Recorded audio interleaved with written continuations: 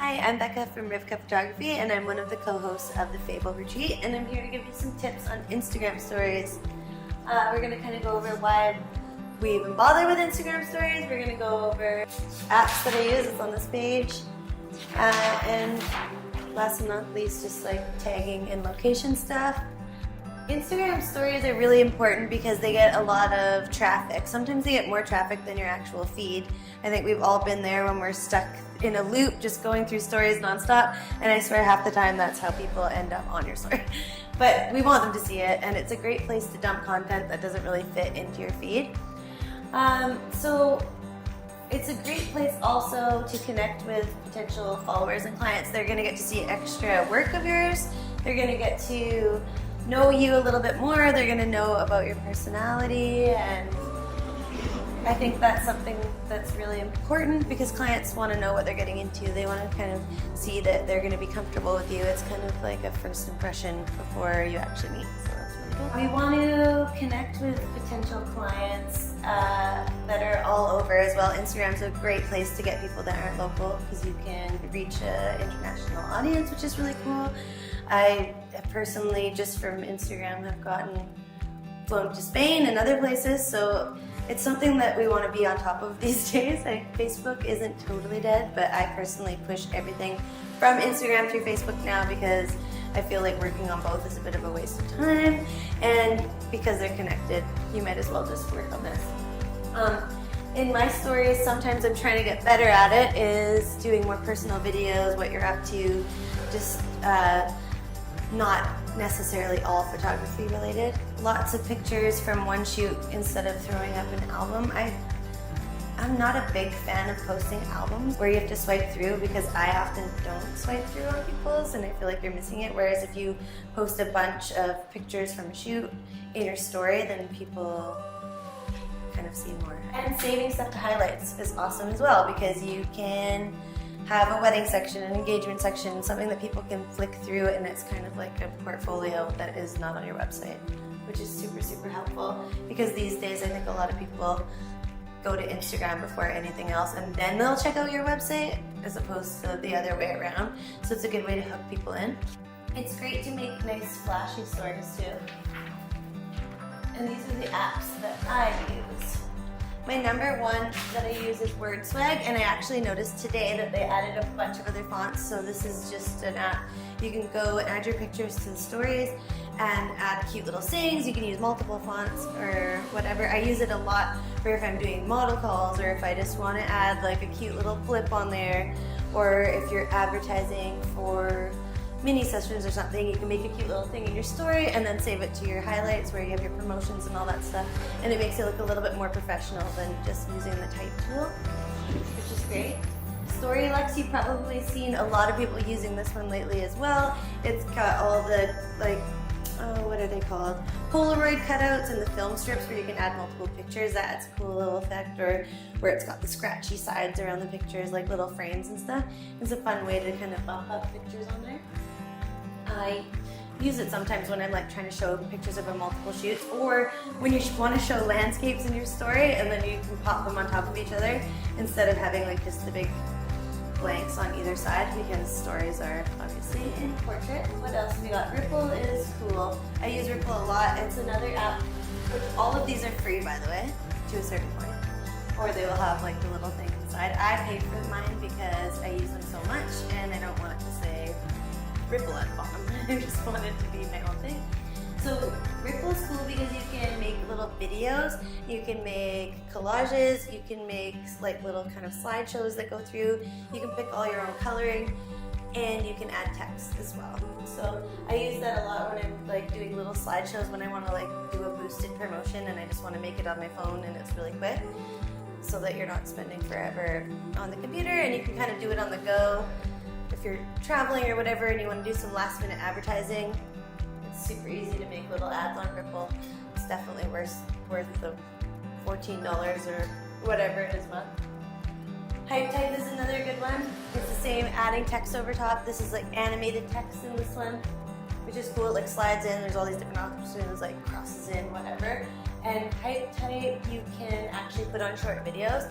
It does cut it down to a story length though. So if you have a long video, it will cut it off at the 15 seconds, so you gotta remember that. So this is for short ones, but you can be like, hey, look at this, and then add another video after if you want. It's really, really cute. Spark Post is the Adobe one. Again, it's just more animated letters sliding in. This one I probably actually use the least. It does have some good ones, but I think if you're looking for better fonts, Word Swag is awesome. And then Hype Type, and then this one. Another awesome app that I use is Planoly or Prepper. They're both the same thing. They're just planners for your Instagram. You can upload photos, move them around in your feed, look at them, and pre-schedule them.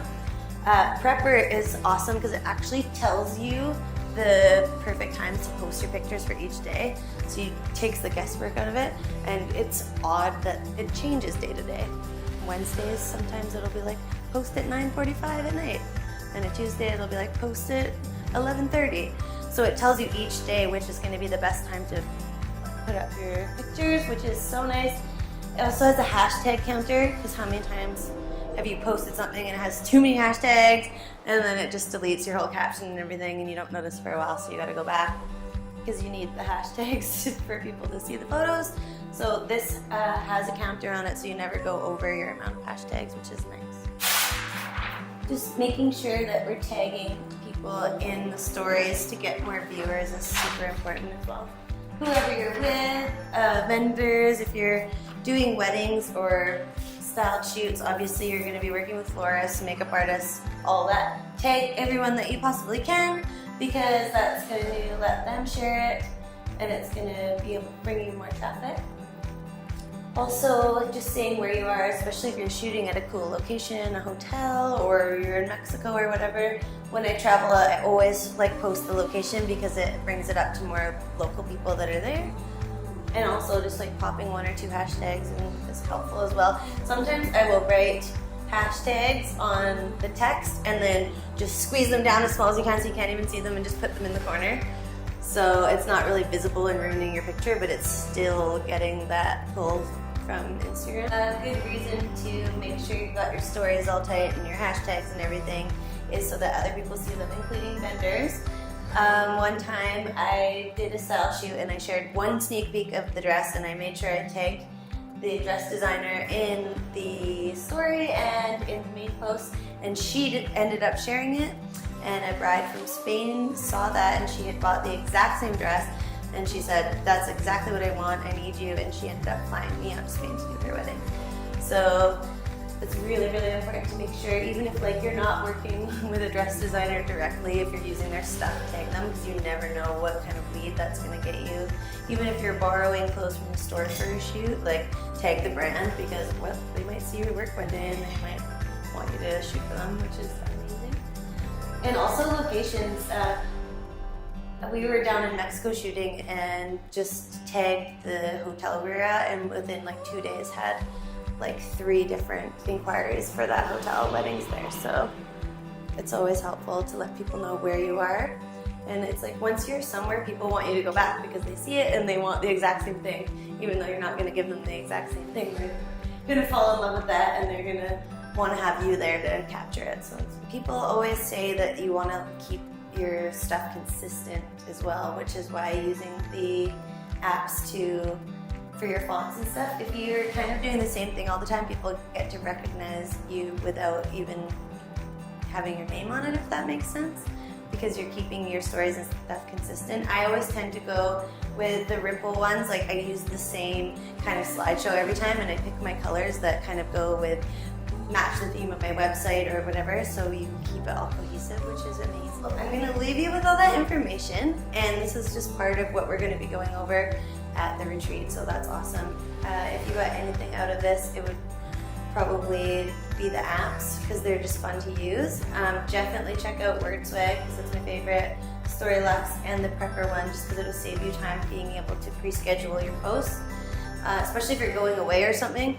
I've been bad this weekend because I forgot to do it, and I worked all weekend, so I didn't do any posts, and that makes Instagram mad, and it puts you way down on the list. So you really have to be consistent. So when you're going away, having 5 scheduled posts so you don't have to think about it while you're on vacation is amazing, and having all your hashtags already on there and everything so it's going to get the maximum views at the appropriate times is really important.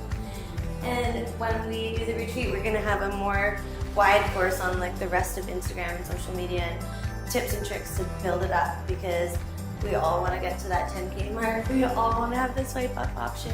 And bumping up your stories is one way that you can make your Instagram look way more professional. And we hope to see you at the retreat.